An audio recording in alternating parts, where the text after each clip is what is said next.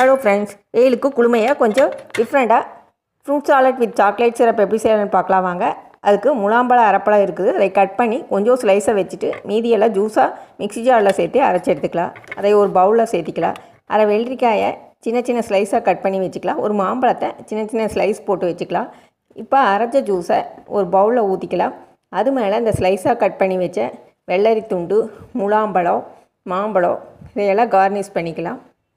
இதையே 2 hours ஃப்ரீசரில் வச்சு ஃப்ரீஸ் பண்ணி எடுத்துக்கலாம். இப்போ ஃப்ரீசரில் செட் பண்ணியாச்சு பாருங்கள். மேலே கார்னிஷ் பண்ணுறதுக்காக சாக்லேட் சிரப் ரெடி பண்ணிக்கலாம். அதுக்கு நான் 2 டெய்ரி மில்க் சாக்லேட் வாங்கி வச்சுருக்கேன். அதையே ஒரு பவுலில் போட்டு டபுள் பாயிலிங் மெத்தடில் அதை மெல்ட் பண்ணி எடுத்துக்கலாம். அதையே இந்த ஃப்ரூட் டெசர்ட் மேலே கார்னிஷ் பண்ணிக்கலாம். இப்போ டேஸ்டியான fruit salad with chocolate syrup ready ஆயிடுச்சு.